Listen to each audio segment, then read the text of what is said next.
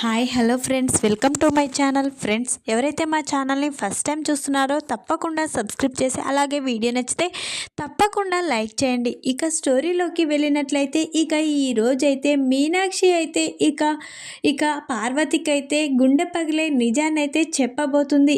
ఇక మీనాక్షికి చేసిన చక్రధర్ ద్రోహాన్ని పార్వతికి అయితే వివరించి చెప్పబోతుంది. ఇక చక్రధర్ ఇలాంటి మోసగాడ, ఇక నా ఆడపడుచు జీవితాన్ని కూడా ఇలానే నాశనం చేస్తాడా అన్న నిజం తెలుసుకొని పార్వతి అయితే ఏం చేయబోతుందో తెలుసుకోవాలంటే వీడియోని స్కిప్ చేయకుండా చివరి వరకు చూడండి. లేట్ చేయడం ఎందుకు, ఎపిసోడ్లోకి వెళ్ళినట్లయితే శ్రేయ అయితే ప్రెగ్నెంట్ అనే నాటకం ఆడుతూ ఉంటుంది కదా. అప్పుడే శ్రేయ అయితే తను చాలా రాజభోగాలు అనుభవిస్తూ ఉంటుంది. తను ఏది కావాలంటే అది తెప్పించుకునేలా చేస్తుంది. అప్పుడే నాకు బాగా జ్యూస్ తాగబుద్ధి అవుతుంది అని అనగానే అమ్మ పల్లవి వెళ్ళి శ్రేయకి జ్యూస్ తీసుకురా అమ్మ అని చెప్పగానే వెంటనే ఇది నేను అనుభవించవలసినవన్నీ ఈ శ్రేయ అనుభవిస్తుంది. ఈ శ్రేయ అసలు ప్రెగ్నెంటేనా, లేకపోతే కావాలని నటిస్తుందా, మాతో పనులు చేయించడం ఏంటి, దీనికి నేను సేవలు చేయడం ఏంటి అని పల్లవి చాలా చిరాగ్గా అలానే నిల్చొని చూస్తూ ఉంటుంది. అప్పుడే ఏంటి పల్లవి ఏం చూస్తున్నావు, శ్రేయకి జ్యూస్ కావాలని చెప్పింది కదా, వెంటనే జ్యూస్ తీసుకురా అని అనగానే శ్రేయ మాత్రం పల్లవిని చూస్తూ చాలా సంతోషపడుతూ ఉంటుంది. పల్లవి అయితే తప్పదు అన్నట్లుగా లోపలికి వెళ్ళి జ్యూస్ తీసుకొని అయితే వస్తుంది.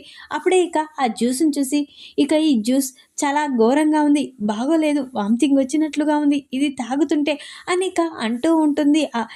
శ్రేయ అయితే అప్పుడే ఏంటి జ్యూస్కి ఏమైంది అని పల్లవి అనగానే షుగర్ బాగా ఎక్కువగా వేసింది, వామిటింగ్ వచ్చేలా ఉంది అని అంటూ నటిస్తూ ఉంటుంది శ్రేయ అయితే. అప్పుడే అక్కడికి అవని వస్తుంది. నేను వెళ్ళి జ్యూస్ తీసుకొస్తాను అని అవని అయితే లెమన్ జ్యూస్ తీసుకొచ్చి శ్రేయకి ఇస్తుంది. శ్రేయ అది తాగేసి నాకు పులిహోర తినబుద్ధి అవుతుంది అని చెప్పగానే వెంటనే అవని వెంటనే నేను చేసుకొస్తాను అని అవని అయితే వెళ్తుంది. అప్పుడే పులిహోర చేసే సమయానికి అక్కడికి మీనాక్షి వస్తుంది. అమ్మ అవని, ఆ పులిహోర నేను చేస్తానమ్మా అని అనగానే అవునమ్మా, నువ్వు నాకంటే ఎక్కువగా పులిహోర బాగా చేస్తావు, నువ్వే చేయమ్మా అని అనగానే మీనాక్షి అయితే పులిహోర చేస్తూ ఉండగా అక్కడికి పార్వతి వస్తుంది. వెంటనే మీనాక్షిని చూసి పార్వతి అయితే ఏంటి ఏం చేస్తున్నావు నువ్వు అని అనగానే శ్రేయకి పులిహోర తినబుద్దయిందని చెప్పింది కదా, అందుకనే వదిన నేను పులిహోర చేస్తున్నాను అని అనగానే ఏంటి నువ్వు నీ చేతులతో పులిహోర చేస్తున్నావా అని అనగానే అప్పుడే మీనాక్షి షాకింగ్గా చూస్తూ ఉంటుంది. ఏంటొదినా, నేను పులిహోర బాగా చేస్తాను, అమ్మాయి కడుపుతోటి ఉంది కదా, కోరుకున్న కోరిక తీర్చాలి అని మీనాక్షి చెప్పగానే తెలుసు నా కోడలి కోరిక నేను తీర్చుతాను, కానీ నువ్వు ఈ పులిహోర చేయకూడదు, నీలాంటి వాళ్ళు ఈ పులిహోర చేసి నీ చేతులతో పెడితే నా కోడలికి కూడా పాపం తగులుతుంది. నువ్వు ఈరోజు నీ భర్త ఎవరో తెలియకుండా పిల్లల్ని కానీ ఇక్కడ పడేశావు. ఇప్పుడు నీ భర్త ఎవరో కూడా ఇంకా కూడా చెప్పడం లేదు. అలాంటిది నువ్వు నా కోడలికి నీ చేతులతో పులిహోర చేయడం ఏంటి అని అలా అంటూ ఉంటుంది. అప్పుడే మీనాక్షి కుమిలిపోతూ ఉంటుంది. ఈ పులిహోర ఏదో నేనే చేసి నా కోడలికి ఇస్తాను అని అంటూ ఉండగా మీనాక్షి అయితే పక్కకు వెళ్ళి చాలా బాధపడుతూ ఉంటుంది. పులిహోర తీసుకువచ్చి శ్రేయకైతే ఇస్తుంది. పార్వతి అయితే తన చేతులతో చేసి అప్పుడే అప్పుడే శ్రేయ అయితే నాకు పులిహోర కూడా తినబుద్ధి కావడం లేదు, ఇప్పుడు దోశ తినబుద్ధి అవుతుంది అని అనగానే అవని వెంటనే దోశ తీసుకొని వస్తుంది. ఈ విధంగానైతే శ్రేయ వాళ్ళతో ఒక ఆట అయితే ఆడుకుంటుంది. అప్పుడే పార్వతి అన్న మాటలు విని మీనాక్షి చాలా బాధపడుతూ కూర్చుంటుంది. అప్పుడే వెంటనే మీనాక్షి నా గురించి నా పిల్లల గురించి తప్పుగా అనుకుంటున్నారు, నన్ను తప్పుగా అనుకున్నా పర్లేదు, కానీ నా పిల్లల విషయంలో కూడా చాలా బాధని నేనే కలిగిస్తున్నాను. అయినా ఈ విషయాన్ని ఎవరికైనా చెప్పాలి, ఖచ్చితంగా చెప్పాలి, లేకపోతే ఈరోజు నా కొడుకు, నా కూతురు అందరూ నా వల్ల బాధపడవలసి వస్తుంది. ఆ తర్వాత నా కోడలు కూడా నన్ను నిలదీస్తుంది. కానీ ఇక ఈ నిజం ఎవరికైనా ఇక చెప్పాలి అని ఇక అనుకుంటూ తన మనసులో చాలా కుమిలిపోతూ ఉంటుంది. అప్పుడే ఇక అవని అయితే మీనాక్షి దగ్గరికి వచ్చి, ఏంటమ్మా ఏం జరిగింది? ఎవరైనా ఏమైనా అన్నారా అని అడుగుతూ ఉంటుంది. ఎవరు ఏమి అంటారమ్మా నన్ను, నువ్వున్నాక అని ఇక అనగానే, నువ్వేంటమ్మా మరే ఇంత డల్గా ఉన్నావు అని అనగానే, ఏమీ లేదమ్మా అని ఇక అంటూ ఉంటుంది. సరే అమ్మా నేను ఇక వెళ్తున్నాను అని ఇక అవని అక్కడి నుంచి వెళ్ళిపోగానే మీనాక్షి ఫోటో చూస్తూ చాలా కుమిలిపోతూ, ఎందుకండి నన్ను ఇంత మోసం చేశారు? ఇక ఈరోజు అందరి ముందు నేను నా భర్త ఎవరో చెప్పుకోలేని పరిస్థితి, కానీ అవమానపడుతున్నాను, అందరితో అవమానపడుతున్నాను, నీ గురించి చెప్పుకోలేక అవమానపడుతున్నాను అని ఏడుస్తూ కుమిలిపోతూ ఫోటో పట్టుకొని చక్రధర్ ఫోటో తను దిగిన ఫోటోని చూస్తూ చాలా బాధపడుతూ ఏడుస్తూ ఉంటుంది. అప్పుడే అక్కడికి పార్వతి ఇక ఇదేంటి తన దగ్గర ఫోటో ఏంటి, అయినా ఇది ఏదో దాచిపెడుతుంది, ఎంతమంది నిలదీసినా నిజమైతే చెప్పడం లేదు, అయినా అవని అంత మంచిది, తనెందుకు ఇలా ప్రవర్తిస్తుంది, వాళ్ళమ్మ ఇలాంటిదేంటి అని ఇక అనుకుంటూ ఇక మీనాక్షి రూమ్లోకి అయితే పార్వతి వస్తుంది. అప్పుడే ఇక మీనాక్షి అయితే తన దగ్గరున్న ఫోటోని దాచిపెడుతూ ఉంటుంది. అప్పుడే ఇక పార్వతి అది గమనించి, ఏంటి ఏం చేస్తున్నావు, నీ దగ్గర ఇప్పటి వరకు ఏదో ఫోటో ఉంది, కానీ ఇప్పుడు మాత్రం దాచిపెడుతున్నావు, మమ్మల్ని మా కుటుంబాన్ని పరువు తీయడానికే నువ్వు మా ఇంట్లోకి వచ్చావని ఇప్పుడు అర్థమవుతుంది, నువ్వు ఎలాంటి దానివనేది ఇప్పుడు అర్థమవుతుంది, అయినా పిల్లల్ని అసలు నువ్వు భర్త ఎవరో తెలియకుండా ఇలా పెంచడం ఏంటి, నాకేమీ అర్థం కావడం లేదు, అటు పిల్లలు మాటలు పడుతూ ఇటు నువ్వు మాటలు పడుతూ కనీసం నీ భర్త పేరు, నీ భర్త ఎవరో అసలు నిజమనంటూ చెప్పడం లేదు, అయినా నీ భర్తలు ఒకలేనా ఇంకెవరైనా ఉన్నారా అని ఇక గట్టిగా పార్వతి అరవడంతో వెంటనే మీనాక్షి నోరు మూయండి అని గట్టిగా అరుస్తుంది.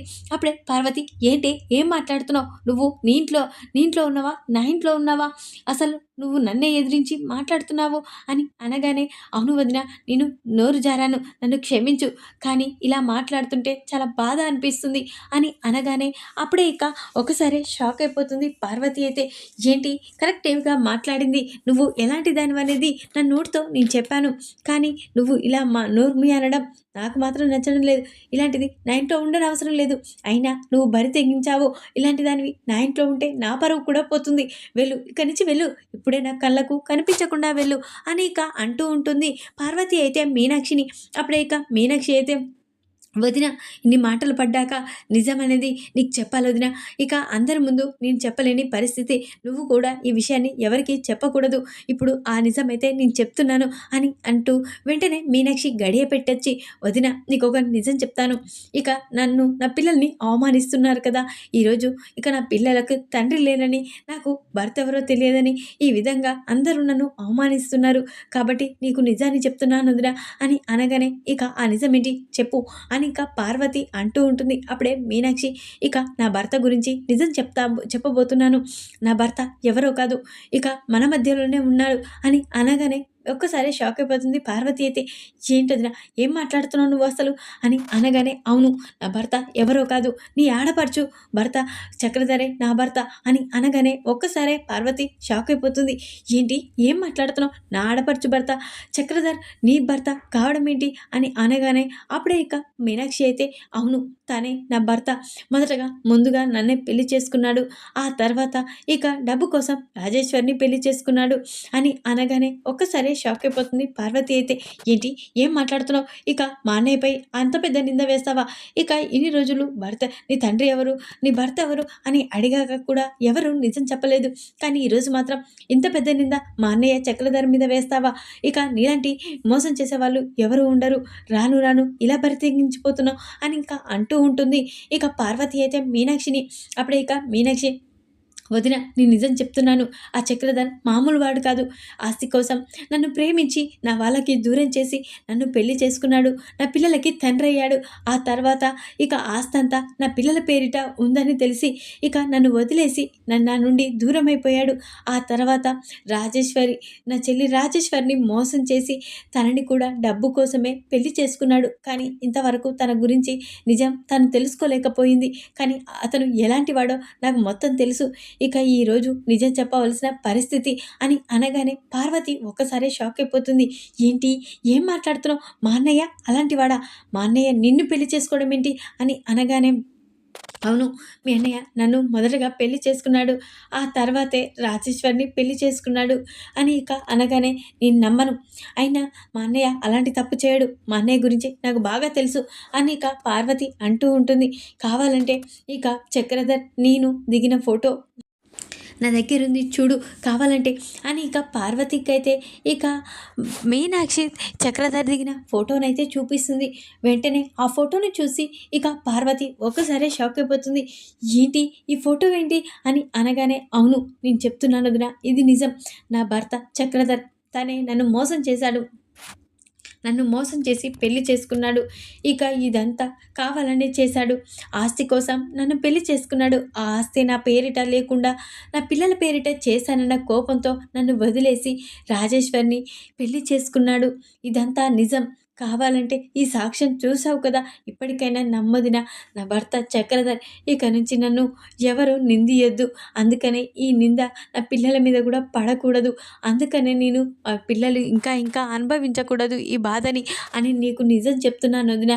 ఇక ఇదంతా నిజం వదిన అని ఇక చెప్పగానే పార్వతి షాక్ అయిపోతుంది. అయినా నాకు నమ్మాలనిపించడం లేదు. ఆ రోజు నీ భర్తని ఒకడు ఫోటో తీసుకొని వచ్చాడు, అలానే ఈ ఫోటో కూడా కావచ్చు అని ఇక అనగానే అప్పుడే మీనాక్షి షాక్ అయిపోతుంది. ఏంటి వదిన, ఇంత పెద్ద నిజాన్ని కూడా చూపించినా నువ్వు నమ్మడం లేదా అని ఇక అంటూ ఉంటుంది. వదిన, నువ్వు నమ్మాలంటే ఒక అగ్రిమెంట్ పేపర్ కూడా నా దగ్గర ఉంది, ఆ పేపర్ని నువ్వే చూద్దు కానీ అని ఇక అనగానే ఇక పార్వతి, ఏంటి అగ్రిమెంట్ ఏంటి అని అనగానే, అవును, మీ ఇక చక్రధర్ మీ అన్నయ్య నన్ను మోసం చేసి పెళ్లి చేసుకున్నాడు కదా, ఇక ఈ పెళ్లి గురించి రాజేశ్వరికి గనుక తెలిస్తే నీ కుటుంబాన్ని, నిన్ను, నీ పిల్లల్ని చంపేస్తానని నన్ను బెదిరించాడు. ఇక ఆ అగ్రిమెంట్ ప్రకారం ఇక పేపర్ రాసుకొని ఎప్పటికీ నా జోలికి రావద్దని పేపర్ రాసుకున్నాడు. ఇదంతా ఇక ఆ అగ్రిమెంట్లో ఉంది. కావాలంటే ఆ అగ్రిమెంట్ పేపర్లో సైన్ చేస్తాడు. ఇక ఆ అగ్రిమెంట్ పేపర్లో తనే రాశాడు, కావాలంటే చూపిస్తాను అని ఇక మీనాక్షి అయితే తన దగ్గర ఉన్న అగ్రిమెంట్ పేపర్ని అయితే ఇక పార్వతికి అయితే చూపిస్తుంది. అప్పుడే పార్వతి ఆ అగ్రిమెంట్ పేపర్ని చూసి ఒక్కసారి షాక్ అయిపోతుంది. అంటే అన్నయ్య ఇలాంటి వాడా, ఇన్ని రోజులు నా ఆడపడుచుని మోసం చేశాడా, ఈ వెంటనే ఈ విషయం అందరికీ తెలిసేలా చేస్తాను అని ఇక అంటూ పార్వతి హడావిడి చేస్తూ ఉంటుంది. అప్పుడే మీనాక్షి, ఈ నిజం తెలియకూడదు, ఎవరికి చెప్పకూడదు, ఇప్పుడే ఈ నిజాన్ని చెప్తే ఇక చక్రధర్ మామూలు వాడు కాదు, ఇక రాజేశ్వరి విషయంలో కూడా ఏదో ఒకటి చేస్తాడు. అందుకే ఈ నిజాన్ని ఇన్ని రోజులు ఎవరికీ చెప్పలేను, నా పిల్లల్ని కూడా చంపడానికి వెనుకాడడు, అలాంటి మూర్ఖుడు అతను. అందుకనే ఈ నిజాన్ని వదిన కొన్నాళ్ళు ఇలానే ఇక దాచిపెడదాం. ఈ నిజాన్ని ఏ రోజు బయటపడవలసి వస్తుందో ఆ రోజే బయటపెడదాం. కానీ అన్ని రోజులు ఈ నిజాన్ని ఇక చక్రధర్ గురించి, ఇక నా గురించి ఈ నిజం ఎవరికి చెప్పకూడదని నువ్వు చెప్పనని నాకు మాట ఇవ్వు అని ఇక పార్వతి దగ్గరనైతే ఇక మీనాక్షి అయితే మాట తీసుకుంటుంది. అప్పుడు ఇక పార్వతి, నేను ఎవరికీ చెప్పను, నన్ను క్షమించొద్దునా, నన్ను క్షమించు, నేను తప్పు చేశాను, నిన్ను నిందించాను, ఇక నిన్ను నానా మాటలన్నాను, నీలాంటి వల్ల ఇక నా కోడళ్ళకు కూడా చాలా ఇక పాపం తగులుతుందని ఇక ఎన్నో మాటలు అన్నాను. అవనిని భరత్ని కూడా నిందించాను, తండ్రి లేనివాడు, ఇక తండ్రి ఎవరో తెలియని వాడని నిందించాను, నన్ను క్షమించొదినా, నేను తప్పు చేశాను అంటూ ఇక వెంటనే పార్వతి అయితే ఇక మీనాక్షిని అయితే క్షమాపణ కోరుతుంది. అప్పుడు మీనాక్షి అయితే ఇక చాలా సంతోషపడుతూ, ఇది చాలొదినా, ఇది చాలా నాకు, ఇక మీరు ఎన్ని మాటలన్నా పడతాను, కానీ ఇలాంటి మాటలంటే నేను ఎప్పటికీ భరించలేనొదినా, ఇప్పటికైనా నీకు నిజం తెలిసింది, అంతే చాలు అని ఇక మీనాక్షి అయితే నిజాన్నైతే ఇక నిరూపిస్తుంది చక్రధర్ తన భర్త అని ఇక పార్వతి ముందు. ఈ వీడియో కనుక మీకు నచ్చినట్లయితే లైక్ చేయండి, మరిన్ని వీడియోల కోసం ఛానల్ని సబ్స్క్రైబ్ చేసుకోండి ఫ్రెండ్స్. Thanks for watching.